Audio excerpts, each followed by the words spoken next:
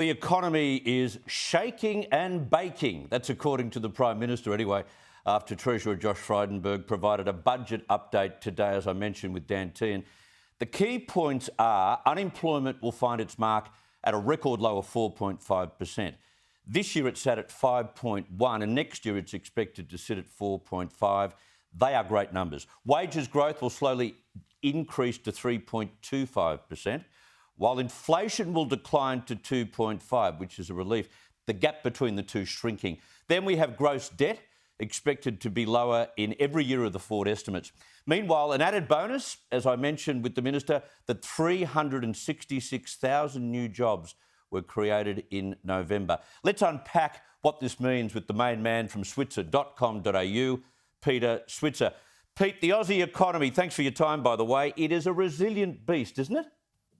It certainly is, mate. And I think we have to be really happy about the kind of data we've seen today. In particular, you made the point, employment up a record 366,000. Now, also unemployment falls from 5.2 to 4.6%. Very big drop. But that was actually in terms of considering that the participation rate actually rose.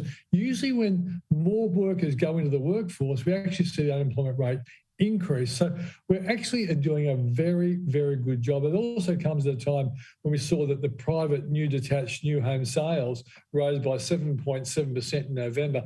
That's the fourth successive month of increase to an 8-month high. So, the economy is really looking good. And by the way, this is my EFO numbers that Treasurer Frydenberg put out today. I really think that they're very conservative. I think we'll actually do better than that, because when you look at that growth number, they say we grow at 3.75% this fiscal year and then down to 3.5%. Well, the Reserve Bank, Chris, has 5%. And I might have mentioned to you last week that Bill Evans at Westpac, he's got a number for the calendar year of 7%. So I think the Treasurer is playing very conservative. He may well be factoring in the negatives that might come from Omicron. But if he's able to win this election, come the next budget, he'll look pretty impressive, because the faster this economy grows, the quicker that budget deficit falls. See, that's a great approach, Peter.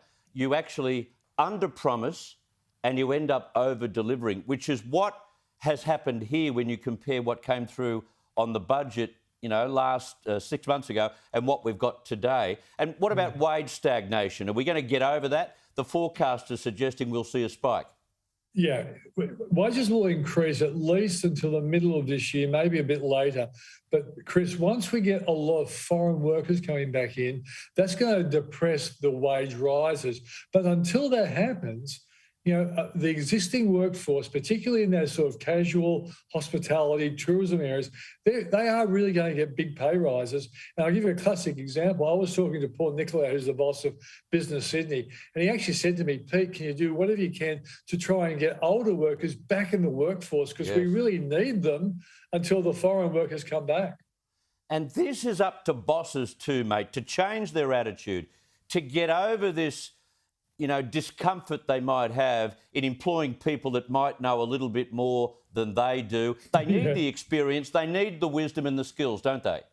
Yeah, without a doubt, COVID has forced everyone in business to be more flexible. Of course, the word we learned in 2020 was all about pivoting, and owners of businesses started doing things online, like restaurants now are selling stuff online, and they'll probably keep on selling their restaurant meals online and delivering to homes. But also, I think we have the business owners out there who may well be concerned about younger workers not wanting to go to the workplace.